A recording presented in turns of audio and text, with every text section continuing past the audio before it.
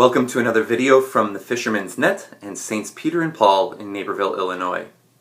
We're in the Advent season, which means we're preparing ourselves for Christmas. We're in this season of Advent where we're preparing for the coming of Christ. And as part of that preparation, we recall his coming 2,000 years ago as a child, as a baby in that manger in Bethlehem. So this is a good time during Advent and the Christmas season to reflect on the person of Christ and to ask the question, who is Jesus Christ? And that's been an important question now since the very beginning when Christ walked with his apostles. In the 16th chapter of Matthew, Jesus takes his apostles, some of his closest followers, to the region of Caesarea Philippi, and on the way he asks them, who do people say that the Son of Man is? And they give these various answers. Some say John the Baptist, some say one of the prophets. And then he asks them this question, who do you say that I am? And that's the question that all of us as Christians, all people, have to answer in some way. Who is Jesus Christ? Who do you say that Jesus is? Is Jesus a completely fictional character made up 300 years later? Is Jesus just another rabbi of his time? Is Jesus just a good moral teacher, a prophet? Or is he something more? Is he what the Christian faith professes? Is he God? God in the flesh?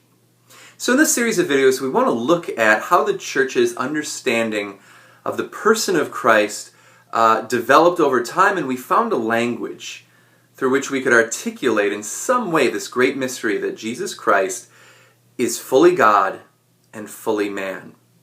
And all of this goes back to the historical person of Jesus Christ and to the apostles who followed him for his 3-year public missionary journey, his 3-year public ministry.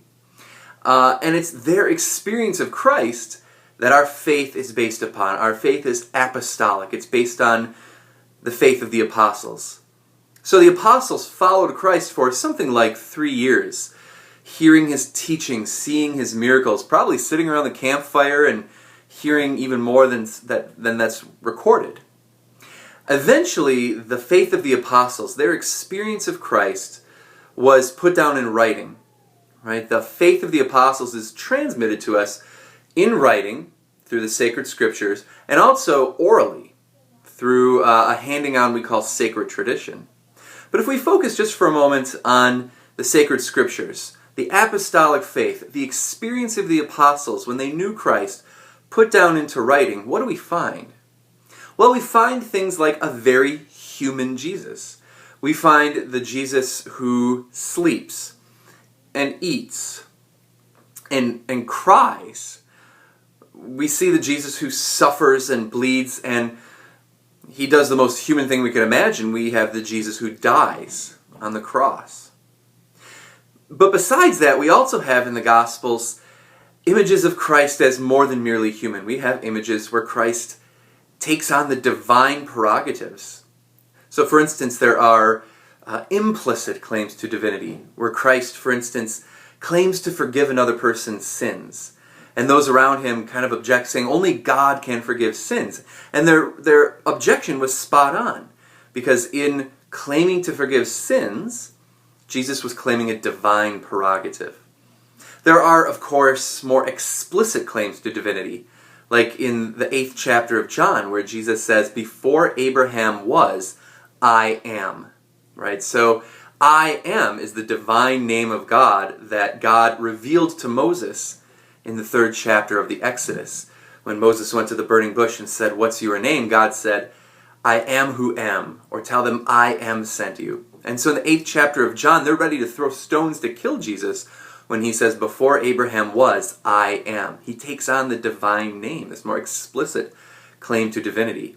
We have him also in the Gospel of John saying things like, the Father and I are one. Much more explicit claims to divinity. And then we have the faith of the early church, like the letters of St. Paul. Paul says, he takes up this hymn, this early hymn in the letter to the Philippians, that talks about how Jesus, though he was in the form of God, did not deem equality with God something to be grasped, yet he emptied himself. So very early on, Paul is saying that Jesus was in the form of God, but yet emptied himself to appear as one of us. And there is the prologue, the first chapter of John, which says that in the beginning was the Word, with a capital W, the Word, the second person of the Trinity. In the beginning was the Word, and the Word was with God, and the Word was God.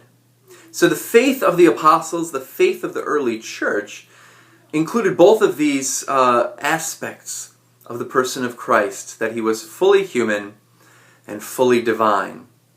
Now, how do we understand those two coming together? It took the church a few centuries to work out a language, a vocabulary, by which it could articulate the one person of Christ who is both human and divine. And so in these upcoming videos, what we're going to do is trace some of the historical events that really help to define and give precision to the church's understanding of the person of Christ. We're going to look at answering that question, who do you say that I am? So stay tuned for that.